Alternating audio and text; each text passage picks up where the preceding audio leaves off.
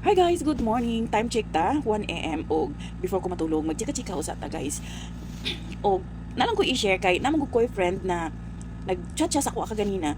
Kaya namang ko na siya i-affirm. Tapos murag 2 months na sila nag-talk noon or nag-chat tapos wala nag-video call kanang tawag lang. So wala niya nakita ang affirm basta naga-istorya na sila through phone, tawag tapos chat ana. So kaganina niya na siya nga tinawag ipadalang package sa ko ang affirm. Unya kanang excited lagi daw siya. Naku, di maayo kay padalan ka 2 months pa lang mo. Nyang siya nga lagi pero naglibog lagi ko ti kay kanang nangayo nang gusto siya manghiram kay kuan lagi daw kanang na-hold daw sa immigration sa Malaysia unya siya daw kay naa daw siya sa site nya dili daw siya maka-withdraw kay wala day kanang wala day bangko dito wala ATM machine sa area nga iyang na destinuhan. So nya nako ha unsa di gipadala nga package nya na siya nga ti dati ubasaha. So na dito is kanang aday wedding gown kay nagaplano lagi sila nga magminyo na wedding gown na aday wedding ring tapos na ay kanang bag tapos gold necklace tapos kanang cash. Tapos niya anak ko kas ibutang sa package na ko nga murag imposible jud na.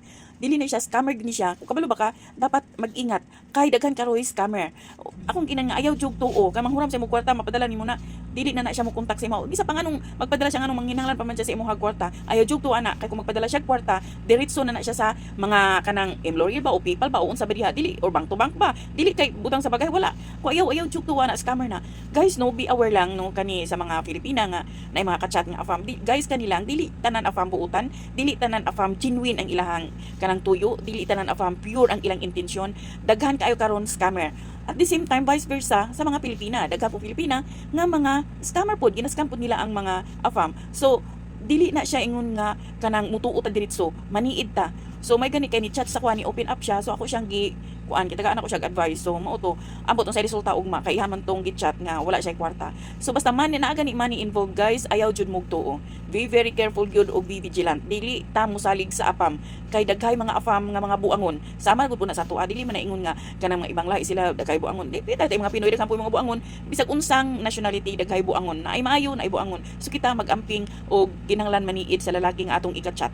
Kay daghan roy nahitabo nga na nabiktima tungod lang aning mga chat sa tungod sa kay gusto kayo kag afam, di ba? So kuan lang ako awareness no sa mga Filipina nga mga ano sa mga followers nako na maka tanaw ani. So be very careful lang jud ta no. So kato lang guys, thank you for watching ug salamat kaayo sa ako mga followers nga bisag isa duha tulo upat ang dagdag kada adlaw dako na kayo ng tabang para sa ako. Thank you so much guys og love you og God bless everyone. Bye.